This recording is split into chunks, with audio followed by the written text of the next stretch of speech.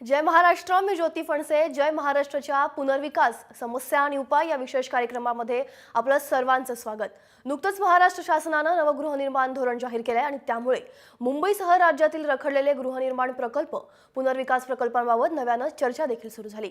आणि याच विषयावर आम्ही आज कार्यक्रम घेत आहोत आणि या विषयावर आपल्याला मार्गदर्शन करण्यासाठी जय महाराष्ट्राच्या स्टुडिओमध्ये आलेले आहेत गृहनिर्माण क्षेत्रातील तज्ञ, महाराष्ट्र सोसायटीज वेलफेअर असोसिएशनचे अध्यक्ष, प्रसिद्ध पुनर्विकास तज्ञ श्री रमेश प्रभू.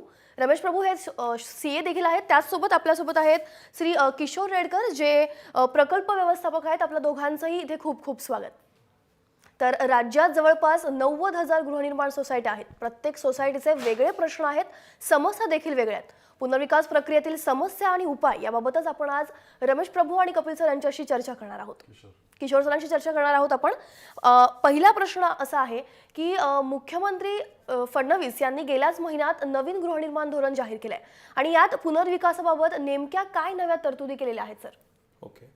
पुनर्विकास ह्या ज्या माडाचा खास करून मागच्या महिन्यात फडणवीस साहेबांनी जाहीर केलेला आहे, त्याच्यात खास करून माडाचा पुनर्विकास सप्टेंबर 2010 पासून रखडला होता. खास कारण असा होता की ज्या काय आपण बांधकाम करणार आहे त्याच्यामध्ये माडाला सुद्धा बिल्टअप एरिया म्हणजे शेअरिंगमध्ये पाहिजे असा पण तरतूद केला होता. आता म्हणून हे रखडलेला गेल्या 6 वर्षापासून रखडलेला ज्या पुनर्विकास माडाचा आहे खास करून त्याची एक गती देण्यासाठी त्याच्यामध्ये खास करून 2-3 उपाययोजना केलेल्या आहे. पहिला उपाययोजना असा आहे की ज्या स्थानिक लोकांना फक्त 27 स्क्वेअर मीटरचा जागा म्हणजे 300 स्क्वेअर फीट कार्पेट एरिया, त्याच्या व्यतिरिक्त 35% फंजिबल FSI जे मिळणार आहे ते वाढून आता त्यांना 35 स्क्वेअर मीटर जागा मिळणार आहे. प्लस 35 स्क्वेअर मीटर म्हणजे जवळपास 377 स्क्वेअर फीट कार्पेट एरिया मिळतो. त्याच्या व्यतिरिक्त ज्या आता त्यांचं ऑक्युपाईड एरिया आहे त्याच्यामध्ये त्यांना 35% फंजिबल FSI म्हणजे जवळपास 400 ते 450, ज्यापूर्वी 400 स्क्वेअर फीट मिळत होता आता 450 पेक्षा जास्त स्क्वेअर फूट कार्पेट एरिया प्रत्येक माडाचा ज्या रहिवासी आहे त्यांना मालकी हक्कामध्ये मिळणार आहे. दुसरं खास बदल असं झालं आहे, जे शेअरिंग होता 2000 स्क्वेअर मीटरपेक्षा कमी असेल त्यांनी शेअरिंग न करता फक्त प्रीमियम भरून ते पुनर्विकास करू शकतात आणि शेअरिंग जे आहे त्या 2000 स्क्वेअर मीटरपेक्षा जास्त लोकांना लागू होणार आहे. म्हणून हे स्वागतकारक आहे, चांगला उपक्रम ज्या देवेंद्र फडणवीस साहेबांनी आणलेला आहे. नक्कीच. आपल्यासोबत श्री किशोर रेडकर जे आहेत, जे गेली 10 वर्ष प्रोजेक्ट मॅनेजमेंट कन्सल्टंट म्हणून देखील काम करतायत. सर, मला आपल्याला विचारायचं आहे, PMC म्हणजे नेमकं काय? PMC म्हणजे एक सिस्टीम आहे जी सिस्टीम प्रोजेक्टच्या सुरुवातीपासून शेवटपर्यंत हजर असते आणि ती सिस्टीम ही सगळा प्रोजेक्ट नीट वेळेत कंप्लीट करणं, सगळ्या लिगलिटी ह्या नीट बघणं, त्याचे कायदेशीर अभ्यास करणं आणि तो प्रोजेक्ट कमीत कमी वेळात, कमीत कमी खर्चात आणि कमीत कमी हॅसल फ्री म्हणजे कुठलाही गोंधळ न करता कंप्लीट करणं, पूर्ण करणं, हे PMCचं काम आहे, कन्सल्टंटचं काम आहे. नक्कीच. मला आपल्याला प्रश्न विचारायचा सर, मुंबईत नेमके किती पुनर्विकास प्रकल्प आता सुरू आहेत आणि त्यापैकी किती रखडलेले आहेत? मग आपण ज्याला पुनर्विकास सांगायला गेलो तर मुंबई शहरामध्ये जवळपास 20,000 असं बिल्डिंग आहे ज्याला आपण म्हणतो सेस बिल्डिंग, ज्या मुळकळीत आलेलं आहे, ज्या ब्रिटिश काळाचं जमानाचं ज्या टेनेंटेड बिल्डिंग आहे त्याला सेस बिल्डिंग करून त्याच्या पुनर्विकास 33/7 किंवा 33/9 ज्याला क्लस्टर डेव्हलपमेंटमध्ये म्हणतो ते एक 20,000 बिल्डिंग आहे. आणि सबअर्बनमध्ये आणि साऊथ मुंबईमध्ये जवळपास 30,000 गृहनिर्माण संस्था आहे.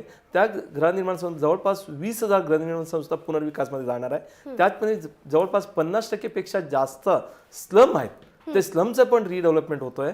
आणि माडाचं जवळपास 104 कॉलनी आहे. त्या कॉलनीमध्ये पूर्ण ज्या 1976चा ज्या ULC कायद्यामध्ये जे आलेला प्रकल्प आहे, जे 80च्या अगोदरचा आहे, हे सर्व जवळपास 3,700 बिल्डिंग ह्या पुनर्विकासमध्ये आहे.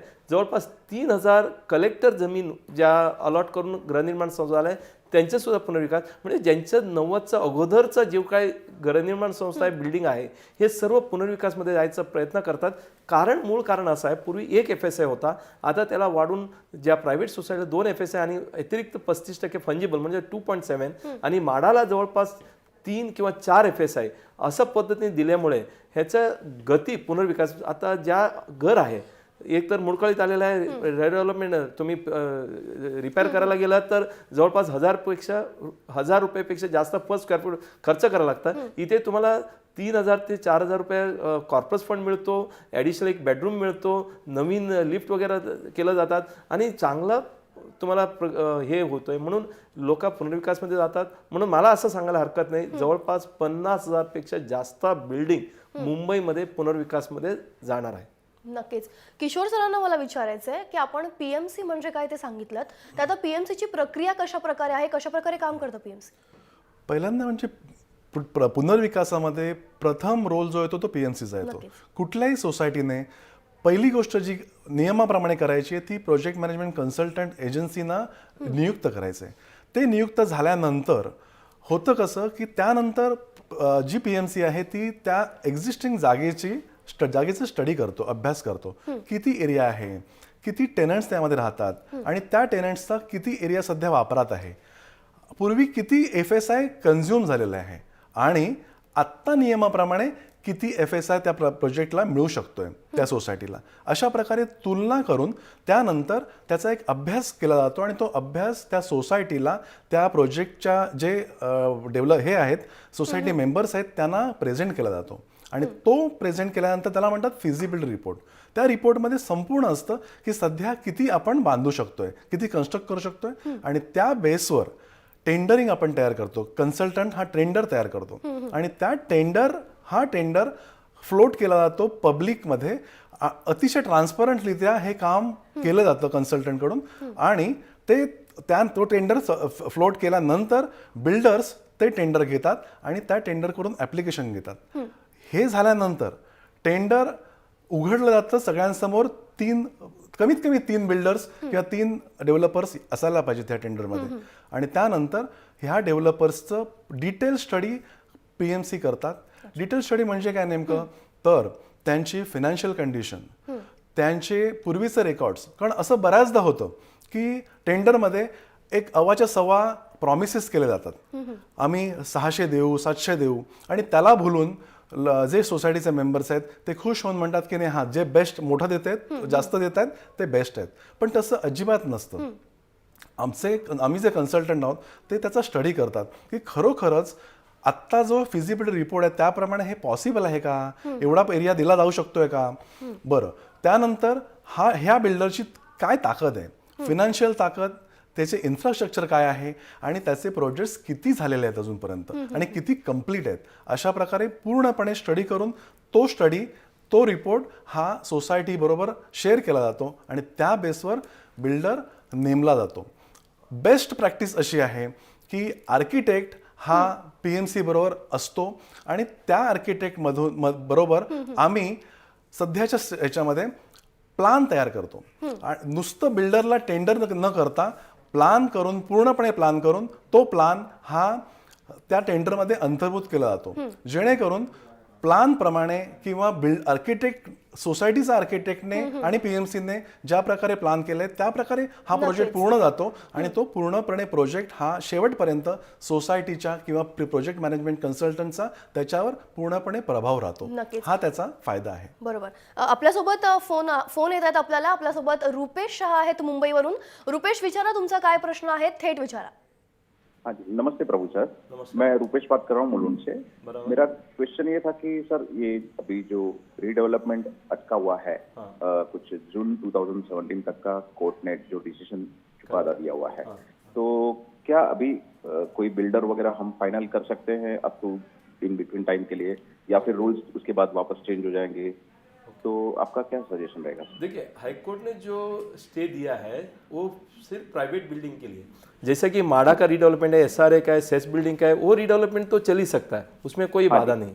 दूसरा, ये स्टे इसके लिए दिया है कि IOD न देने के लिए. मगर आप उसके पहले जो 3 जनवरी 2009 का एक सर्कुलर है गवर्नमेंट ऑफ महाराष्ट्र का, उस हिसाब से आपको एक 25% लोगों ने एप्लीकेशन देना चाहिए, जनरल बॉडी बुलाना चाहिए, आपको पीएमसी अपॉइंट करना चाहिए और उसके बाद आपको फिजिबिलिटी रिपोर्ट बनाना है, प्रोजेक्ट रिपोर्ट बनाना है, टेंडर मंगाना है, आपको सिलेक्शन करना है. ये सब डेवलपर को अपॉइंट करना, उसके बाद प्लान तैयार करना, IOD के लिए डालना, अलग अलग NOC लेना, ये सब काम कर सकते हैं. ये करने के लिए भी आपको 6 महीने से 1 साल लगता है. तो इसके लिए मुझे लगता है कि आप उसमें जा सकते हैं। दूसरा जो मुद्दा आपने अच्छा उपस्थित किया, 2034 का नया डेवलपमेंट कंट्रोल रूल आने वाला है। उस डेवलपमेंट कंट्रोल में कुछ चेंजेस आने वाला है, लेकिन वो चेंजेस आते आते टाइम जाएगा। लेकिन already propose development control rule आया है, जिसमें ऑलरेडी 2.7 FSI दिया है प्राइवेट बिल्डिंग के, माड़ा के लिए 3 और 4 है, या क्लस्टर डेवलपमेंट के लिए 4 है। अलग अलग जो FSI दिया, फंजिबल FSI, ये जो एग्जिस्टिंग DC रूल है उसी को थोड़ा सा इंप्रूवमेंट करके किया है। इसके लिए मुझे नहीं लगता है कि आपको बिल्डर सिलेक्ट करने के लिए रुकना चाहिए या रीडेवलपमेंट का निर्णय लेने के लिए रुकना चाहिए, क्योंकि अलग अलग निर्णय आते जाता है, तो उसको आप प्रगति में जा सकते हैं, कोई दिक्कत नहीं, आप रीडेवलपमेंट का डिसीजन ले सकते हैं। नक्कीच पुढचा फोन आलाय आपल्याला। एकनाथ संगम आहेत आपल्यासोबत ठाण्यावरून। एकनाथजी, काय तुमचा प्रश्न आहे थेट विचारा। हॅलो, बोला बोला, आपला प्रश्न विचारा एकनाथजी। नमस्कार सर मॅडम, नमस्कार, मी ठाण्याहून मानसन सोसायटीमधून बोलतोय मी। बोला बोला, आपला प्रश्न विचारा। माझा असं विचार की आम्ही ते 10 वर्ष राहतोय हम्म, आणि मागे ते एन्व्हायरमेंट मध्ये आमचं जे केसेस चालू होतं सुप्रीम कोर्टामध्ये, हम्म, तर त्याबद्दल ते सुप्रीम कोर्टाचा निकालही लागला, सर्व काय आम्ही व्हेरीफाय पण केलं, बिल्डरला पण भेटलो आणि PMCच्या ऑफिसमध्ये जाऊन भेटलेले सर्वांना, पण आमच्या OC बद्दल अजून काही काय पूर्ण होत नाहीये। तर OC बद्दल अजून काय करायला लागेल या गोष्टीसाठी? नक्कीच प्रभू सर, या प्रश्नाचं तुमचा बिल्डिंगचा OC नाही आहे असं आपल्याला म्हणायचं आहे का? हो सर, मला OC नाही। ओके, बघा, जेव्हा एखादा काही टायटल जमीनचा वगैरे ज्या न्यायालयामध्ये स्थगिती असतो किंवा पेंडिंग असतो, तर OC नॉर्मली दिलं जात नाही। म्हणजे तुम्हाला जेपर्यंत टायटल व्हेरिफिकेशन होत नाही, क्लिअर करत नाही, तर मला नाही वाटत तुमचा OC मिळू शकतो। ठाण्यामध्ये खास करून एम्युनिटी स्कीम OC साठी आणला होता TMCनी, पण त्याला सुद्धा दुर्दैवाने काही ॲक्टिव्हिस्टनी PL टाकल्यामुळे तिथे सुद्धा स्थगिती दिला गेलेला आहे। पण OC घेणं गरजेचं आहे, पण आपण ऑक्युपाय केलं असेल तर मला नाही वाटत काय अडचण येईल, बिकॉज तुमचं OC न्यायालयात हे याचिका दाखल असल्यामुळे होत नसेल, आणि ते जोपर्यंत दाखला क्लिअर होत नाही, म्हणजे याचिका दाखल क्लिअर होत नाही, जजमेंट येत नाही, आपला OC मिळू शकणार नाही। पण तुम्ही तिथे राहतात, तुम्ही कंटिन्यू करा, मला नाही वाटत काय अडचण येईल आपल्याला। नक्कीच नक्कीच यांच्या प्रश्नांचं निरसन आपण केलेलं आहे। मला किशोरजींना विचारायचं आहे की आपण पुनर्विकास करताना जेव्हा आपण बिल्डर नेमतो त्यावेळी आपण नेमकी कोणती काळजी घ्यायला हवी? प्रोजेक्ट मॅनेजमेंट कन्सल्टंटमध्ये नॉर्मली 3 मेन सेक्टर्स असतात। एक म्हणजे टेक्निकल, दुसरं लीगल आणि थर्ड अकाउंटंट्स। आता ह्या तिन्हीचा समावेश आमच्या PMCमध्ये असतो। बिल्डर नेमताना ह्या तिन्ही गोष्टींची काळजी घेणं जरुरी आहे। पहिली म्हणजे हा बिल्डरचा पास्ट रेकॉर्ड काय आहे, खरोखरच ह्या बिल्डरने किंवा डेव्हलपरने बिल्डिंग्स कंप्लीट केल्या आहेत का आणि त्या सक्सेसफुल कंप्लीट केल्या आहेत का। कंप्लीट करणं आणि मग OC न देणं, असंच टाकणं, असे बरेच केसेस आपण मुंबईभर बघतोय। त्यामुळे त्या बिल्डरचा त्याच्याशी ॲग्रीमेंट करण्यापूर्वीच ही पहिली गोष्ट करणं जरुरी आहे की त्या बिल्डरने कंप्लीट केलेले प्रोजेक्ट्स।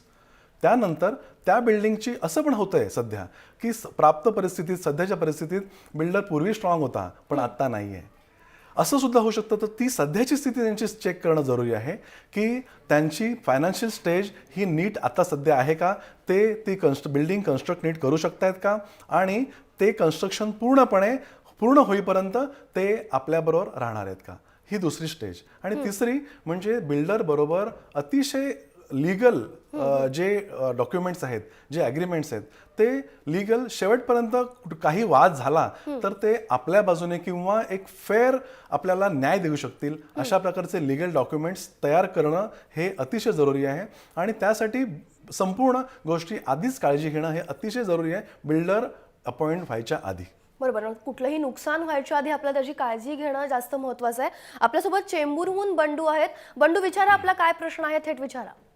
मी काय बोलतो मॅडम, माझे 2004 पासूनचे पुरावे आहेत, पण मी त्याच्या अगोदरपासून इथे राहतो चेंबूरला। तर आता त्याच्यानंतर जर मग तुम्ही कायमस्वरूपी अपात्रच ठेवणार का?